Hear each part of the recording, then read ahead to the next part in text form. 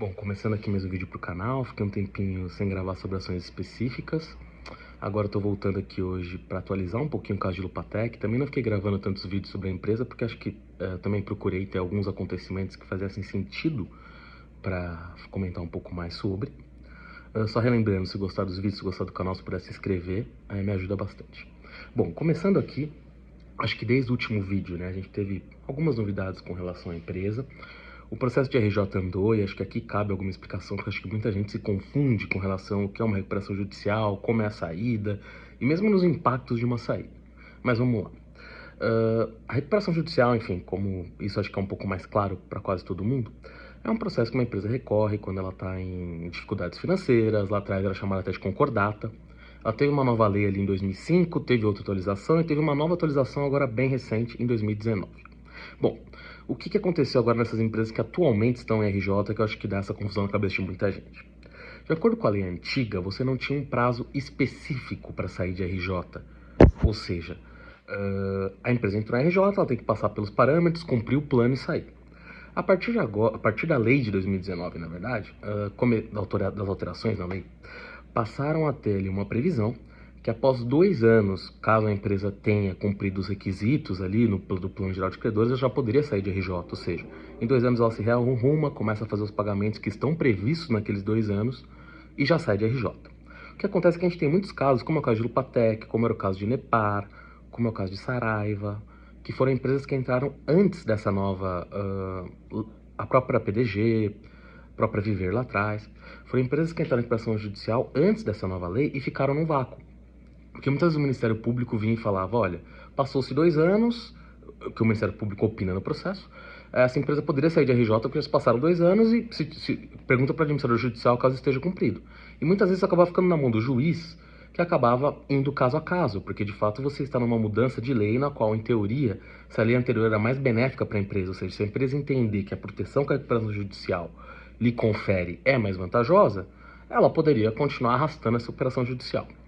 Isso posto, por que eu falei isso? Porque as pessoas compram, qual o prazo, qual o prazo? A recuperação judicial não tem prazo, ainda mais em casos como esse que ainda estão nesse limbo jurídico.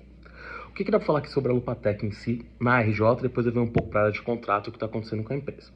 Com relação à RJ, a gente teve ali um questionamento já há muito tempo, realmente foi uma resposta que demorou tempo demais para o administrador judicial, que era o quadro de credores. Isso demorou um tempo, para mim, muito além do razoável, mas foi apresentado. Ao ser apresentado, ficou ali posto que a empresa cumpriu sim, né, o seu plano, pelo menos não teve nenhuma grande contestação, os credores que contestaram foram rapidamente respondidos, não me parece ter nenhuma grande contestação em aberto. Pode ter um outro credor que está questionando o que recebeu em ação, ou a forma de pagamento, mas não parece ter nada muito sério a ponto de invalidar ou de impedir uma saída do RJ.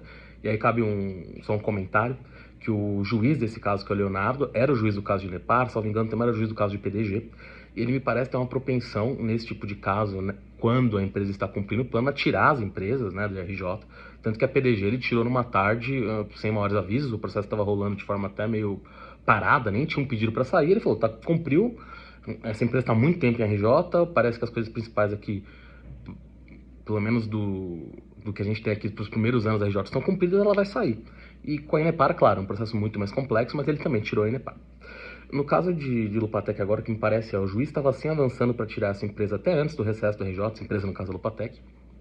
Bom, a própria empresa, por causa de uma portaria da PGFN, ou da Procuradoria Geral Nacional, que permitia ali a ela ter descontos, né, quando fosse compensar impostos, ou seja, a Lupatec deve alguns impostos para o governo, só como ela teve prejuízo por diversos anos, ela tem ali um estoque de créditos para compensar com isso muito grande.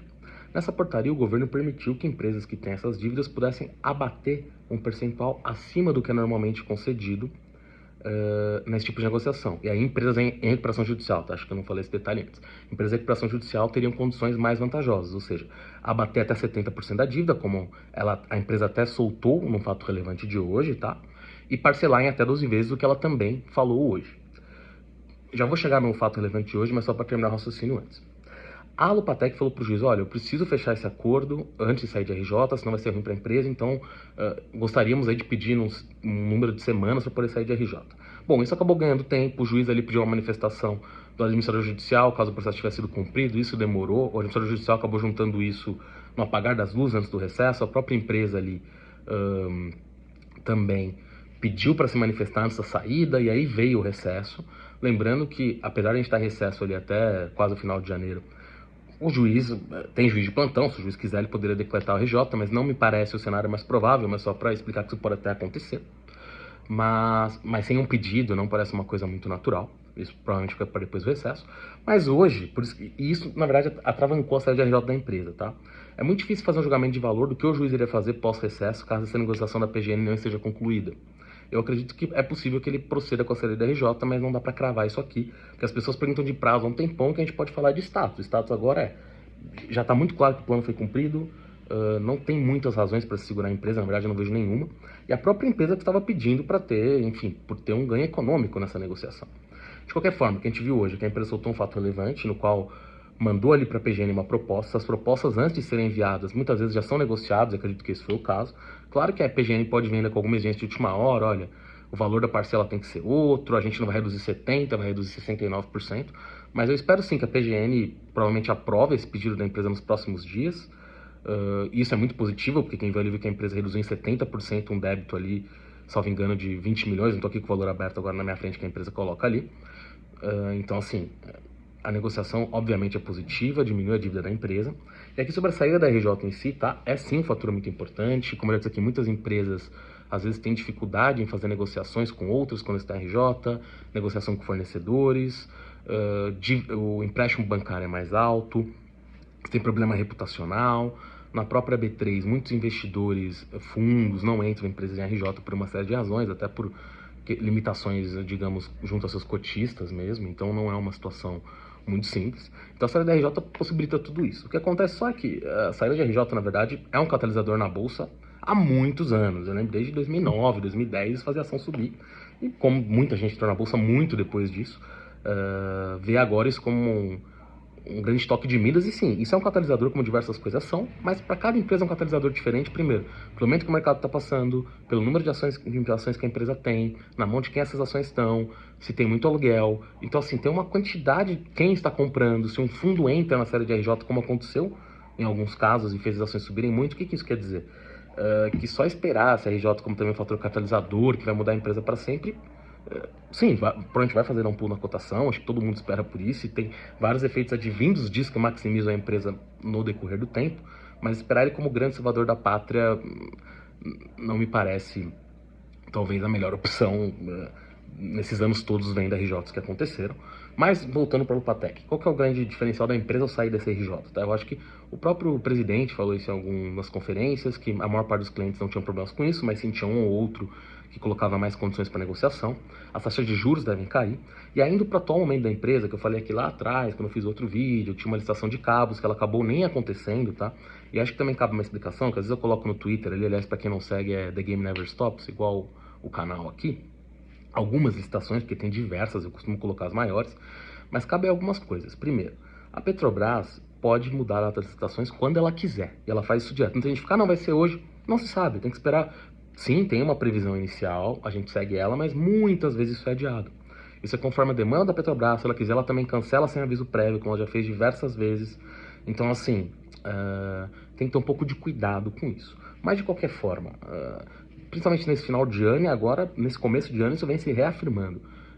Vem uma quantidade de licitações de válvulas que poucas vezes eu vi, ou na verdade eu nunca vi nesses anos que eu acompanho as licitações ali, pelo menos recentemente, não vi um volume desse, pelo menos nos últimos 2 anos não vi nada parecido, volumes muito altos. A empresa inclusive ganhou uma licitação, apesar de não ter sido adjudicada, ela ficou em primeiro, que era mais de 38 milhões de reais, ou seja, um valor altíssimo usando a quantidade de pedidos. E aí também cabe outro esclarecimento, a maior parte dos pedidos da Petrobras, mesmo que a empresa ganhe a licitação, muitos deles são opcionais, ou seja, a empresa ganha o direito de vender caso a Petrobras decida comprar. E às vezes esses contratos expiram, que às vezes eles duram 2 anos, às vezes 3 anos, e a Petrobras não exerce o direito de compra. Por isso que é necessário fazer todas essas salvaguardas com relação a esses contratos.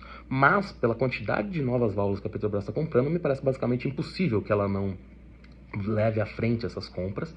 Além do que o Brasil é o país onde estão vindo a maior parte dos FSPOs, que são os navios ali, né, que ficam nos campos de petróleo extraindo barris, que são aí, né, um dos maiores consumidores de válvulas. Tem centenas de válvulas para esses navios, estão chegando novos, alguns estão precisando de reparos. Então a quantidade de válvulas realmente é uma coisa impressionante. Na verdade, as próximas semanas, a quantidade de licitações que, claro, sempre cabe ressalvar, são licitações, a empresa pode perder, a empresa pode decidir não participar, como já aconteceu em outros casos, mas a possibilidade da empresa multiplicar, diria até, não vou falar em algumas vezes que seria otimista demais, mas talvez dobrar ou aumentar em 1,5 vezes, assim, então tem um aumento significativo no seu número de pedidos. Aí eu não sei se seria na carteira firme, mas na carteira potencial, seria pedido que ela ganha, ela ganhou, está adjudicado, mas ela só recebe quando a Petrobras decidir exercer o contrato, o que, pela quantidade de pedidos, provavelmente vai acontecer com muitos deles. Então a gente tem semanas aí com quantidade de licitações muito alta que podem mudar o patamar da empresa em janeiro.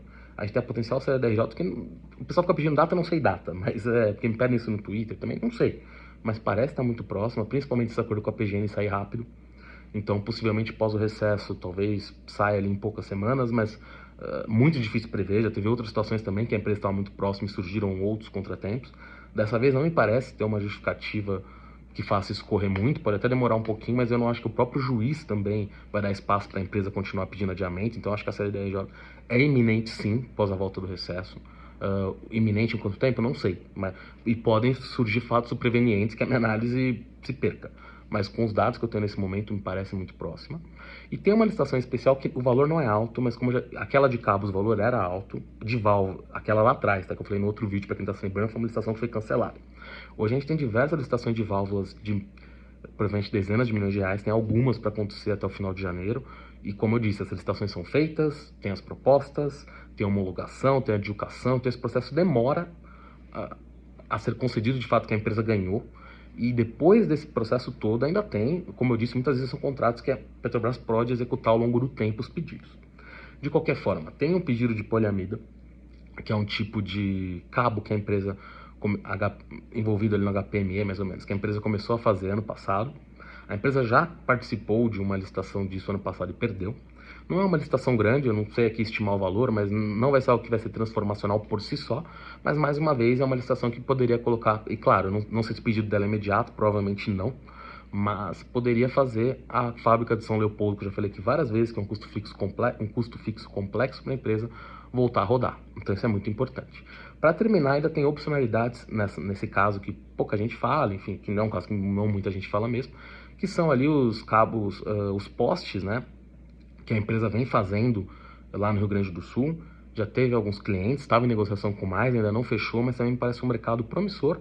Não vou falar aqui que vai ser transformacional, mas é a empresa usando uma capacidade produtiva parada que tinha para algo que pode gerar receita. A médio prazo, acho que sim, a empresa, só de aumentar esse número de pedidos e sair de RJ, acho que a cotação atual me parece baixa, só deixando claro que eu não sou analista de valores imobiliários, mas não me parece uma cotação condizente com o potencial da empresa e com os investimentos que a Petrobras, ao que tudo indica, vai continuar fazendo, que vão ser altos, e considerando aí a questão de conteúdo nacional, no qual a empresa se destaca, né? Ela, com certeza, nesse mercado é com maior capacidade produtiva de válvulas, de cabos, nem se fala. E a gente tem a opcionalidade, né, que eu já falei aqui no outro vídeo de eólicas offshore, mas isso é uma coisa um pouco mais para frente. Mas devem demandar muito cabo, talvez muito mais do que a Petrobras demande, mas isso talvez seja algo para começar a ter pedidos reais lá para 2025, então realmente é uma opcionalidade para o futuro da empresa. Mas aqui, para quem gosta do caso e quer segurar, eu sempre recomendo depois começar a olhar, principalmente quando se a empresa ganhar esses contratos, os pedidos da Petrobras se efetivarem, que me parece que deve acontecer ao longo desse ano, ver as margens desses contratos, ver se a empresa está sendo lucrativa com maior capacidade, porque também quando a empresa tem uma fábrica parada e tem poucos pedidos, o custo de produção por pedido é muito alto. Quando você lota a fábrica, o custo por válvula vai cair. Então você tem todos esses fatores na hora de pensar no investimento. Então, resumindo, acho que o momento é muito positivo, já vem sendo, na verdade, há algum tempo, os sinais estavam indicados, mas na bolsa essas coisas demoram. E por isso eu falo, o RJ ainda pode demorar. Essas licitações podem ser algumas adiadas, algumas vão acontecer já.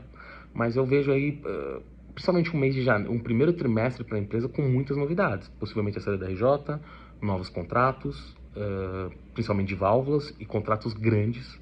Então, assim, pode ser um momento em que o mercado vai voltar a olhar para a empresa. E lembrando que é uma empresa com um volume de ações baixo, então quando ela aponta para cima, ela vai com muita força. Bom, por hoje é só. Até a próxima. Valeu.